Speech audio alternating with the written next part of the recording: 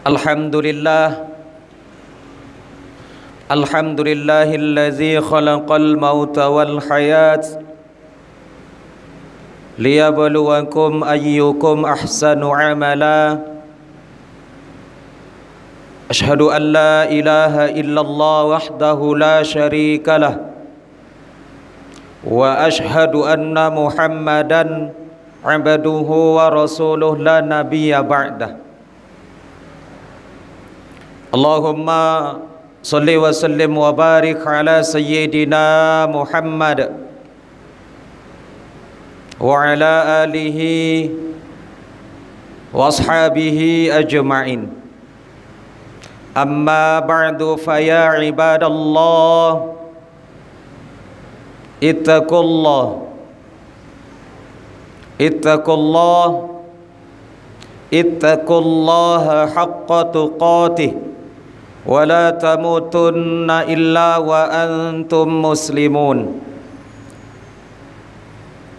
Faqala Allah ta'ala fil Qur'anil Karim, a'udzu billahi minasy syaithanir rajim, hal jazaa'ul ihsani illal ihsan. Shadaqallahul azim. Al-ayah. Hadirin sidang jemaah Jumat yang dimuliakan Allah Subhanahu wa taala, kembali kita bersyukur kepada Allah Subhanahu wa taala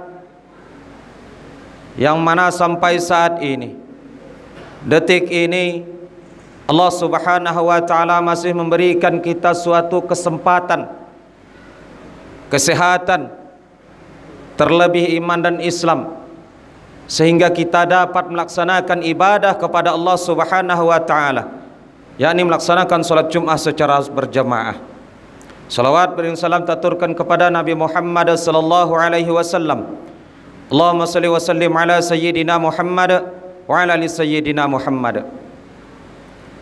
Kemudian marilah kita bersama-sama selalu meningkatkan ketakwaan kita kepada Allah.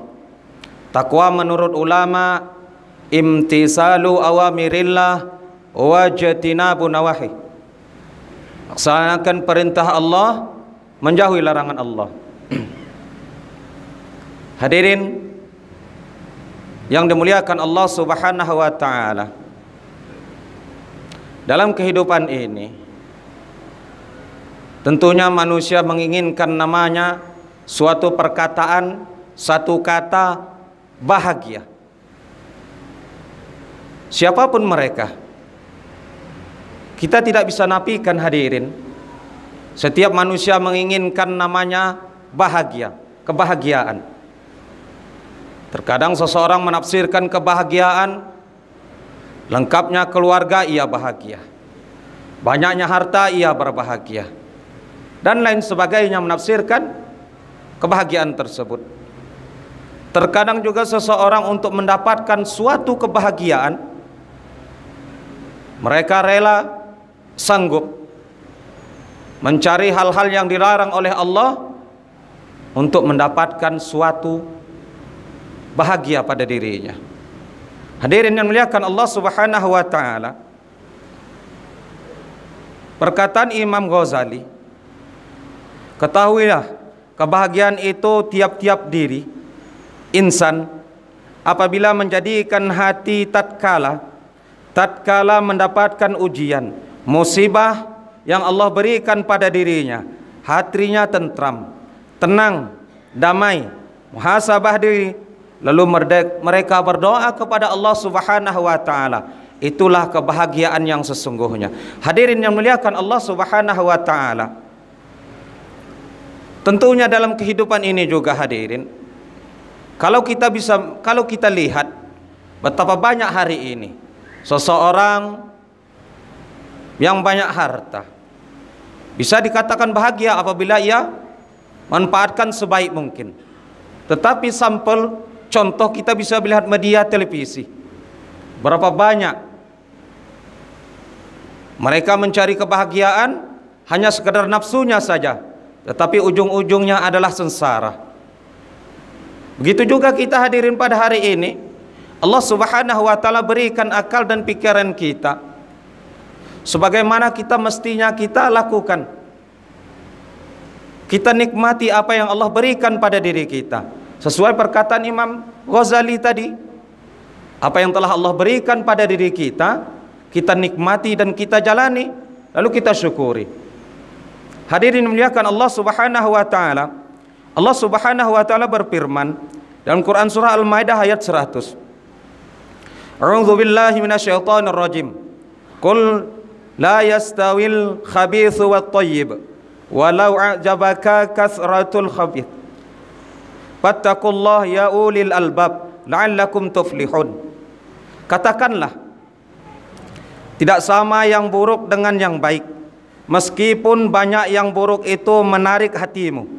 Maka bertakwalah kepada Allah, hai orang-orang berakal, agar kamu mendapatkan keberuntungan. Hadirin muliakan Allah Subhanahu wa taala. Apabila seseorang dapat membedakan mana yang baik dan mana yang buruk. Tetapi hadirin, secara teori hari ini kita sudah tahu mana yang baik dan mana yang buruk. Tetapi secara aplikasinya, secara kenyataan, hal tersebut sia-sia saja. Terkadang buruk yang lebih banyak dilakukan seseorang demi untuk mendapatkan suatu kebahagiaan. Tentunya kita hadirin berdoa kepada Allah, hal tersebut semoga tidak terjadi pada diri kita. Hadirin jemaah-jemaah yang dimuliakan Allah Subhanahu wa taala. Lalu Allah Subhanahu wa taala berfirman dalam Quran surah Ar-Rahman ayat 60. Qul jazaa'ul ihsani illal ihsan. Hal jazaa'ul ihsani illal ihsan. Tidak ada balasan kebaikan kecuali kebaikan pula. Hadirin yang dimuliakan Allah Subhanahu wa taala, walaupun sedikit yang kita lakukan pada hari ini, Allah Subhanahu wa taala lambat laun pasti akan memberikan kebahagiaan pada diri kita. Tidak pada diri kita, Allah Subhanahu wa taala akan beri pada anak kita. Ketika Allah Subhanahu wa taala tak beri kepada anak kita, yakin dan percayalah, Allah Subhanahu wa taala lambat laun akan memberikan kebahagiaan tersebut kepada orang-orang yang terdekat pada diri kita. Lalu perkataan ulama bahwasanya kebahagiaan itu apabila seseorang menginginkan suatu kenikmatan yang Allah berikan pada dirinya, dia berdoa apa yang Allah berikan pada dirinya, lalu ia nikmati, lalu ia syukuri, berapa besar pun yang Allah berikan, berapa kesehatan yang hari ini ia dapatkan, maka mereka bahagia, sukarela dan istiqomah, tetap bersyukur kepada Allah Subhanahu wa taala. Hadirin muliakan Allah Subhanahu wa taala. Semoga khutbah yang singkatnya Allah Subhanahu wa taala memberikan pada diri kita, hati kita, saudara-saudara kita untuk selalu bahagia tetap apa yang Allah berikan pada diri kita hari ini. Tentunya kita bertawakal dan terus berdoa kepada Allah Subhanahu wa taala. Amin. Amin ya rabbal alamin. Barakallahu li wa lakum fil Qur'anil Karim wa nafa'ani wa iyyakum bima fihi minal ayati wa zikril hakim.